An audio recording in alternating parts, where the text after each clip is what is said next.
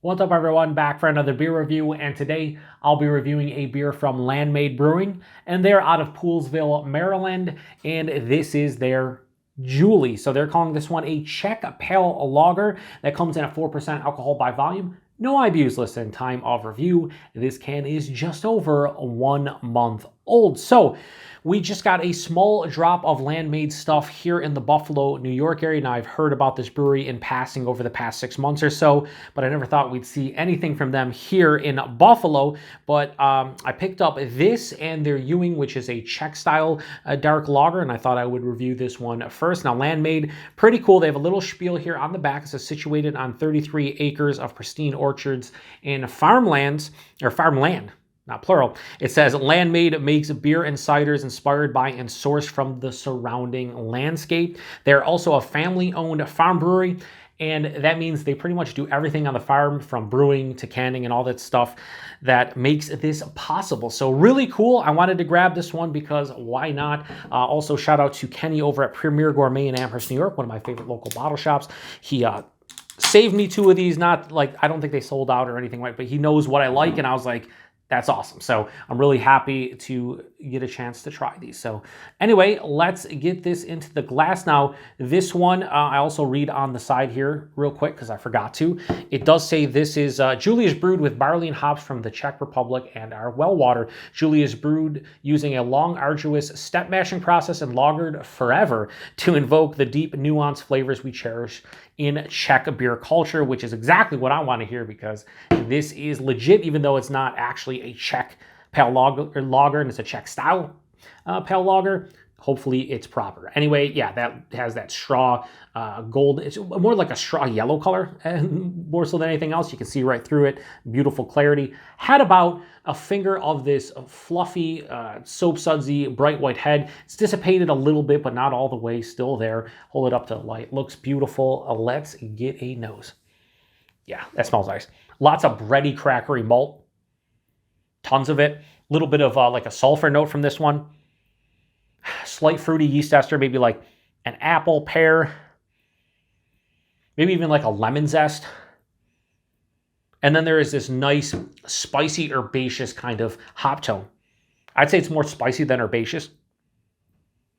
Yeah, it has a spicy herbal kind of thing, but it's more spicy. It's almost like white pepper. Oh man, this smells just very simplistic, but I know this is going to be enjoyable. So I want to get into it. Cheers, everyone.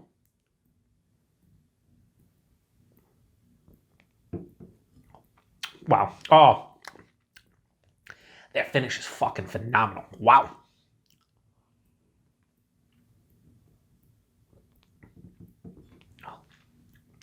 Body on this one, lower side of medium, approaching medium, 4%, a little bit bigger than you expect from a 4% pale lager of any sort. The mouthfeel, it's super crisp. It's not like over the top in terms of the carbonation, but it has a nice crisp. This is a, dare I say, crispy boy. Really clean overall, super refreshing, beautiful mouthfeel. The flavors are delicate and, like they said, nuanced, but they're noticeable. Front of the palate, it has a crackery, bready malt profile, dives right underneath the palate, along for the ride. It is omnipresent. I like to say it all the time when it is omnipresent. It's always there, never steps in the way, never the predominant note. It's just, you can always notice that bready, crackery feeling.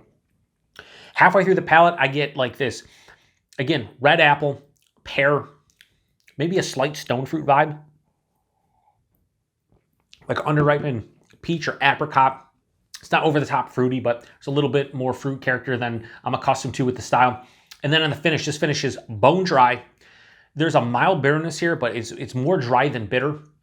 But there is a nice, I was gonna say balance, but not really. I'd say, again, more dry than bitter, but it balances out the sweaty, hopefully it's not sweaty, the sweet, I wanna say sweet bready, and I said sweaty, the sweet bready, crackery malt at the forefront. But why I said the finish is fantastic is that lemon zest I was kind of getting in the nose kind of finishes with that lemon zest. And again, something I don't really get too often, so it's pretty cool. Yeah, just a crushable 4% Czech Pale Lager. If I was local to Landmade, I would definitely 100%.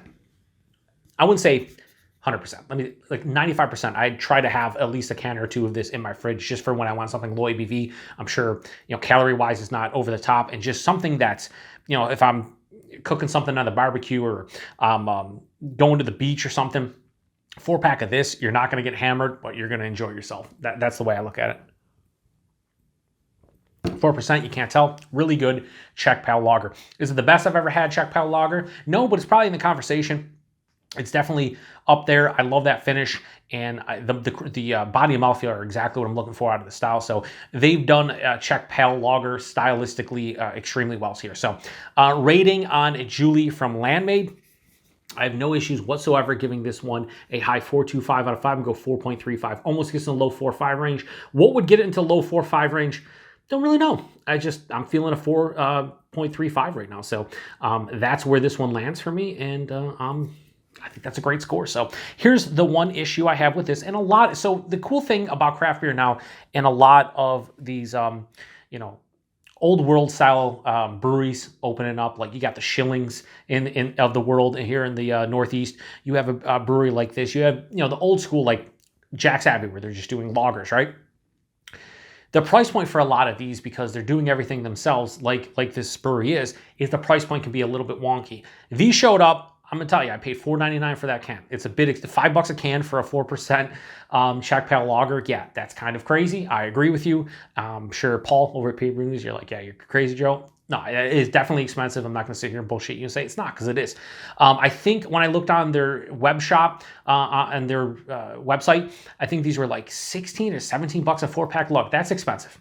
But if you want to support local and a brewery like this where they do everything themselves, then it's probably worth paying, the $4, $4.25 a can, if you want to drink local and support something that you might think is amazing. But I'm not gonna sit here and bullshit you and say the Schillings, even though they're amazing, it's tough to pay, $3.50, $4 a can for their stuff. It just is. That's why I pick up single cans and I review them. But at the end of the day, there's so many different breweries now doing this that you could probably find somebody local that does it just as well or close to some of these breweries at a lower cost. So take that into consideration when you buy something like this. If you see something from Landmade outside of Maryland, you're probably gonna be paying $4 to $5 a can for their stuff. I don't know if it's partly the distributors here or the brewery itself. Like I said, I think it was 16 or 17 bucks a 4-pack for this, but maybe even a little lower. But when you hit distro and you start traveling and you're getting to beer stock, like let's say this was even $15 a 4-pack or 14 bucks a 4-pack at the brewery, that's still $3.75, right? Or $14 4-pack would be $3.50, $3.75 a can. Once you start hitting distro, you hit the distributor, and then you hit the actual beer store, they're not going to be charging the same thing. They're going to have to bump it up. So the price point's a bit wonky, but at the end of the day, it's up to you to decide whether this is worth it. I'm happy that I bought this one and tried it out. Would I buy this one here locally? Probably not, just because of the price. And availability, Landmade, I don't have no idea. I just know that we saw them here for the first time in the past month. Well, it was probably, 3 weeks ago these showed up, and they were quite fresh, so that's pretty cool. So anyway, if you've had anything from this brewery, let me know. I feel like there's probably a lot of you who haven't, especially if you're outside of Maryland, but I would say they are 1 for 1 in terms of quality of their beers, and I would love to try more, so I have that Ewing, and we'll see if anything else shows up, and if they're reasonably priced, I'll pick them up. But if they're like $5 a can, I probably wouldn't rebuy these again. I just wanted to try them, and here we are. So anyway, appreciate everybody stopping by for another beer review here on the Beer Patrol. To the next one, cheers, 4%. Yeah, you can't taste it, and you should. Cheers.